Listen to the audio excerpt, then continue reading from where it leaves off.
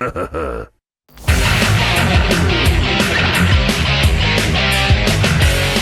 everyone, Crow back again, and this is Duke Nukem Collection 1 for the Evercade.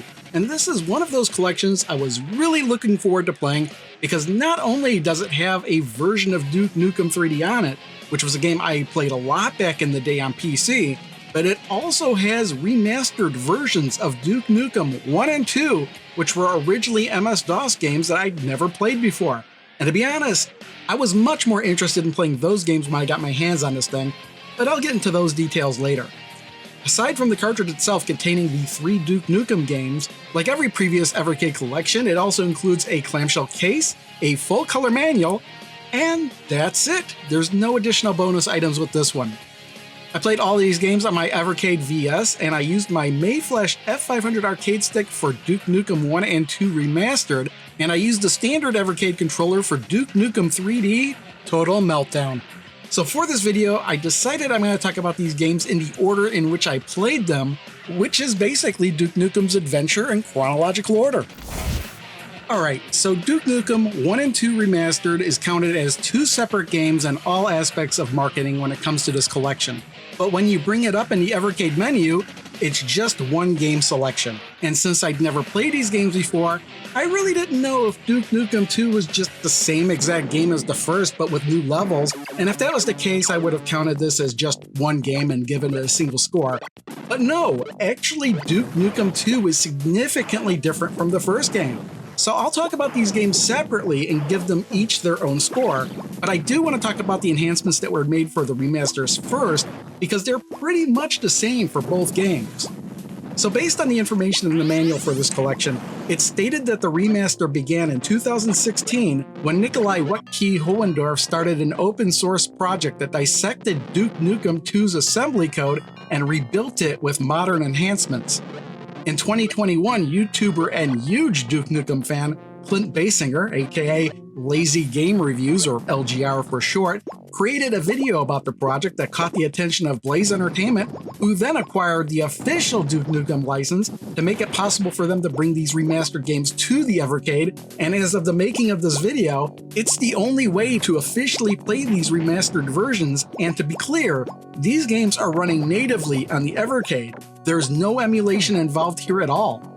Now, so far, I've been showing footage of these games running with modern enhancements on, but you can actually, with the press of a button, switch back to the original versions of these games if you wanted to, and this is what they looked like.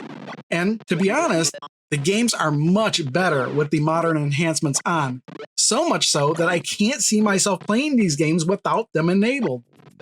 Now, for the most part, with the enhancements on, the graphics and sound effects are exactly the same, and I'm glad those things hadn't changed. The enhancements that were made really focus in on the gameplay experience. And that includes things like expanding the gameplay area to a widescreen mode rather than the 4:3 aspect ratio so you can see more of Duke's surrounding area. Changing the HUD to overlay the gameplay screen instead of forcing the gameplay into its own separate window. Enabling smooth scrolling, which eliminates the choppy frame rate. A new soundtrack that now adds background music to each of the game's levels. And there's actually a fair bit more that was done to enhance the game, but what I mentioned are really the major things that stuck out for me. What's interesting though is that you're not just stuck with either the modern or retro options, as you could go into the options menu and adjust some of the individual enhancement elements to further customize what you want the game to look like. And there's even more that was added in, such as end-of-level screens showing bonuses that were collected and completion times, and those appeal to players that would want to play for high scores or players that want to speedrun. In fact, having a running timer on the screen at all times is totally an option you can enable in the options menu. And even though this is a native game not running on emulation, the option is still there to use save states if you want. So I'm not going to go any further than that when it comes to the enhancements that were added to these games, but as far as I can tell, it makes the games infinitely more appealing and playable than they were in their original states. So going forward, when I talk about these games, it'll be with the modern enhancements enabled, which is the default anyway. So, Duke Nukem 1 was originally released for MS-DOS in 1991 by Apogee Software, and in Duke's first adventure, in the future year of 1997, Duke is hired by the CIA to take down the evil scientist Dr. Proton and his army of tech bots. There are 3 episodes containing 10 levels each. The game's plot across all episodes is basically Duke chasing down Dr. Proton across a large city in Episode 1, the moon in Episode 2, and the future in Episode 3. The game is a side-scrolling platform shooter where the goal of each level is to simply find the exit. However, the path to the exit is usually blocked by obstacles such as locked doors that will require Duke to find keys in order to progress. Duke only has 1 weapon in this game, an atomic pistol, that can be upgraded up to 3 times. And this doesn't make the weapon more powerful or anything, it just increases the number of shots you could have on the screen at any time. There are a good number of items to collect in the game. Most items scattered around the levels are just for points, but many of the important items are contained in boxes. And these boxes can be in one of 3 colors, and the type of item inside depends on the color of the box. The blue boxes will contain items that will just increase your points, the red boxes will contain items that will heal your health, and the gray boxes will contain either nothing, or some dynamite that'll just explode soon after you unveil it, or an important item that's necessary to complete the level, such as an access card that looks like a computer circuit, a power-up for your gun, boots that'll let you jump higher, a grappling hook that'll let you hang on to certain ceilings, or lastly, it could be a robo-hand that'll let you engage switches that would damage you otherwise. Now, any of the upgrades you get, you'll get to keep for the rest of the episode, but when you start a new episode, everything resets as if you're starting a new game. Now, I gotta say that I had an awesome time playing this game, and I played through every episode and every level, and I can easily see myself coming back to play this one again and again. The game itself plays incredibly well, and the more you play it, the more you understand the subtle tricks there are to increasing your score or health. For example, if you collect a can of beer, you'll increase Duke's health 1 bar and gain 200 points. But if you shoot that can of beer, it'll fly up into the air, never to be seen again.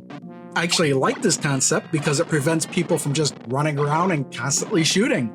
But if you can collect a can of beer while it's flying up into the air, you'll get 1,000 points instead. And that's far from the only example of this in the game. In another example, if you collect a turkey leg, you'll get 100 points and 1 bar of health. But if you shoot a turkey leg, it'll turn into a whole turkey, which is worth 200 points and 2 bars of health. Also, the blue boxes can sometimes contain balloons that can be worth a massive 10,000 points, but will pop if you shoot it or if it touches the ceiling. And then the gray boxes may sometimes contain the letters D, U, K, or E, and you can collect 500 points for each of these letters, but if you collect them in the order to spell Duke's name, you'll get 10,000 points when you collect the last letter, and another 10,000 points after you finish the level. And that leads me to the end of level bonuses, where you can get an additional 10,000 points for spelling Duke's name, just as I mentioned, destroying all the cameras in a level, finishing the level without taking damage, making all the signs fall, launching all the rockets, finding and destroying the snake tech bot, and also destroying the pink bunnies, which are obviously a reference to the Energizer Bunny. So yeah, you can just get to the exit of each level as fast as possible, and like I mentioned, the game will cater to you if you want to do that. But I'm the kind of person that likes to explore the levels, collect items, and score as many points as I can. And man, this game is loaded with secret areas and things to collect, and you really have to pay attention to what you're doing in order to collect as many points as you can. I mean, you can even get more points if you can shoot a falling sign, or letting the bunny attack you instead of just shooting it. This game is just loaded with hidden details like that, and it's incredibly fun to me, so I've got to give it a 10 out of 10.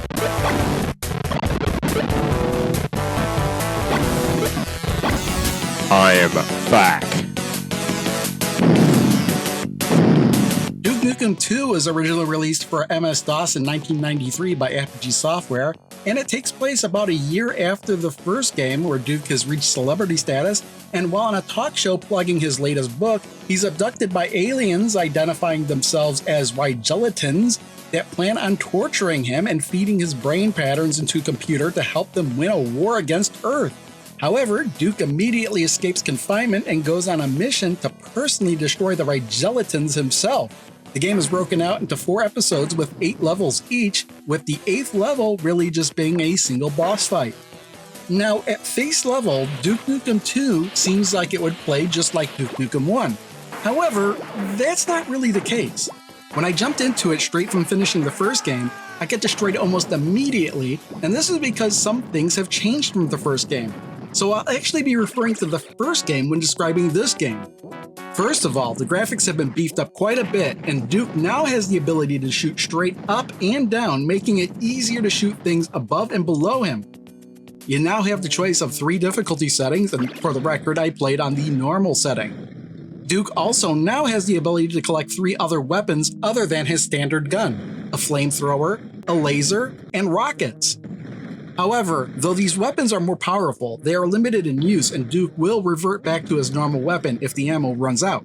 And none of his weapons can actually be upgraded except for collecting an item that will allow for temporary rapid fire, but I actually never found that to be too useful. And just like the first game, there are red, blue, and gray boxes. However, this time there are also green boxes, and those green boxes will contain the weapon items. The blue boxes will contain items that are still just worth points, and the gray boxes will still contain either important items or nothing, but they will not contain the explosives like they did in the first game. Instead, the explosive device can be found in the red boxes this time in the form of a napalm bomb.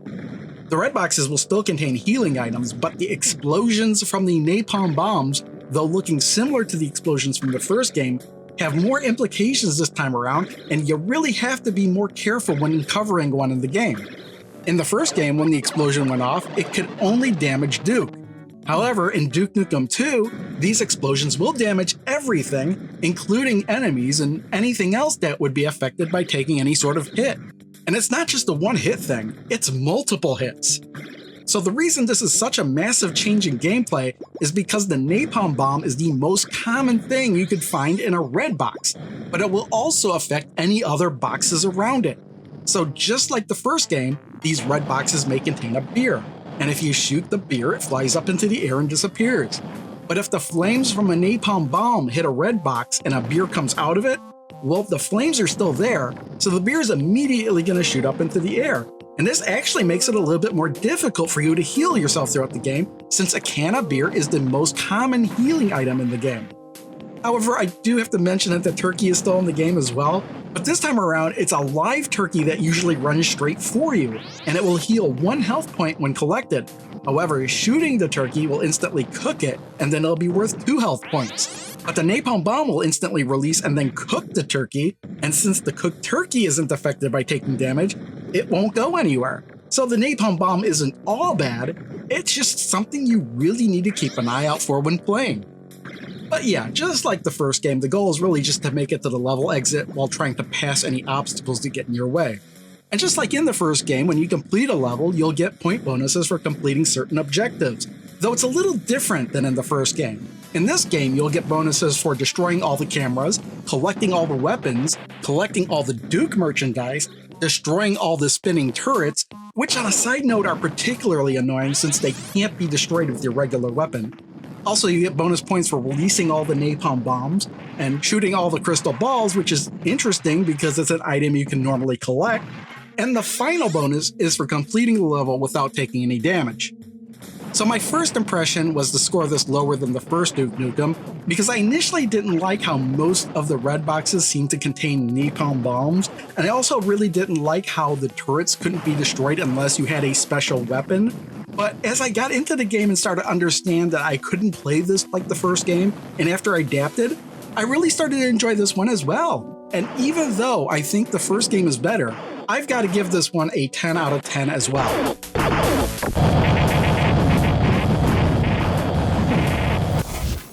Alright, so the third and final game in this collection is Duke Nukem 3D Total Meltdown, which was originally released in 1997 for the original PlayStation, and it's a port of Duke Nukem 3D, which was originally developed by 3D Realms in 1996. However, that's not entirely accurate because the game on the PS1 was actually called Duke Nukem Total Meltdown, but I'm pretty sure the name was altered here on the Evercade to make it clear that this is a port of Duke Nukem 3D. They even went as far as altering the game's title on the menu screen to tell you that, yes, this is Duke Nukem 3D. Now, at the time that this came out, the first-person shooter genre was gaining serious momentum, and it actually exploded in popularity a few years earlier thanks to Doom, And actually, now that I think about it, it's kind of funny that Duke Nukem 2 came out the same year as Doom. But because of this, it kind of made sense for Duke's third game to be a first-person shooter, especially since it was a genre that PCs excelled at more so than platformers did.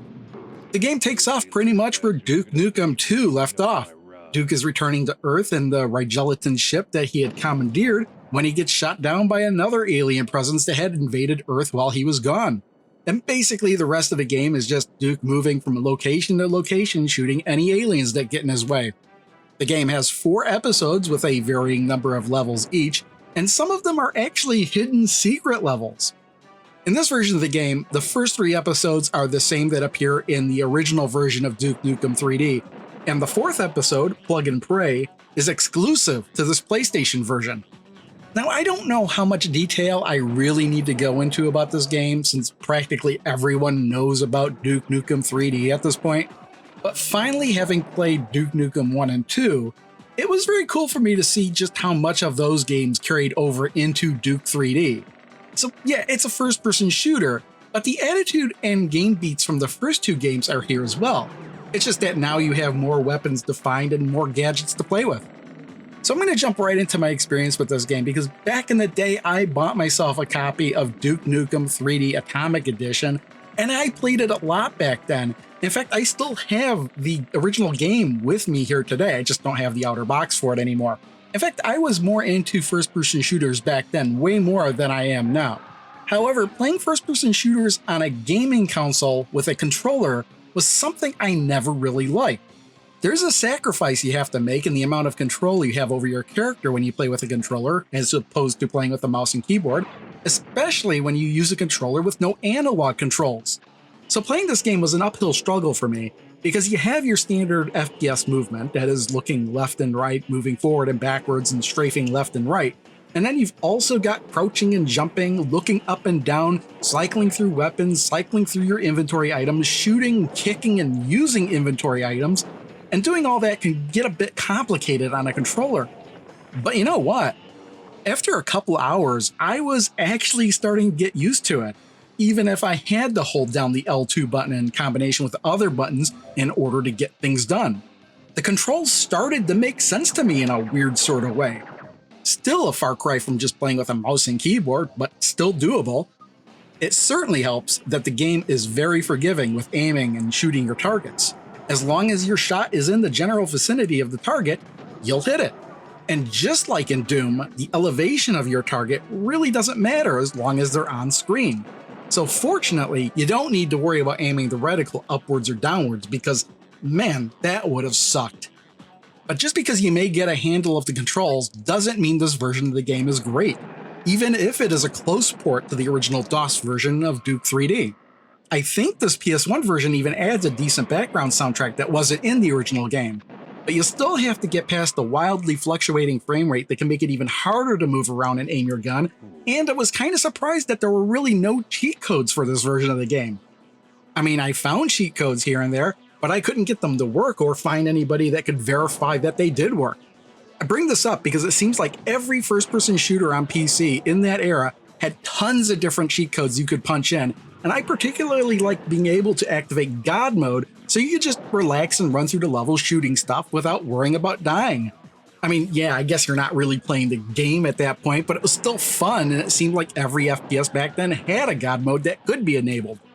So yeah, even though I did get a handle on the controls, I only played through the first episode and I figured, you know what, I get what this version of the game is about, and I didn't really want to spend any more time playing the other episodes. I think for the Evercade, this version is fine, and it's probably the best version they could have put on the Evercade without building a port from scratch to make it run natively on the hardware. So I'll say it's good enough, and I'll give it a 7 out of 10, because if I really want to play Duke 3D on a handheld for some reason, I'd probably enjoy it. But at home, forget it.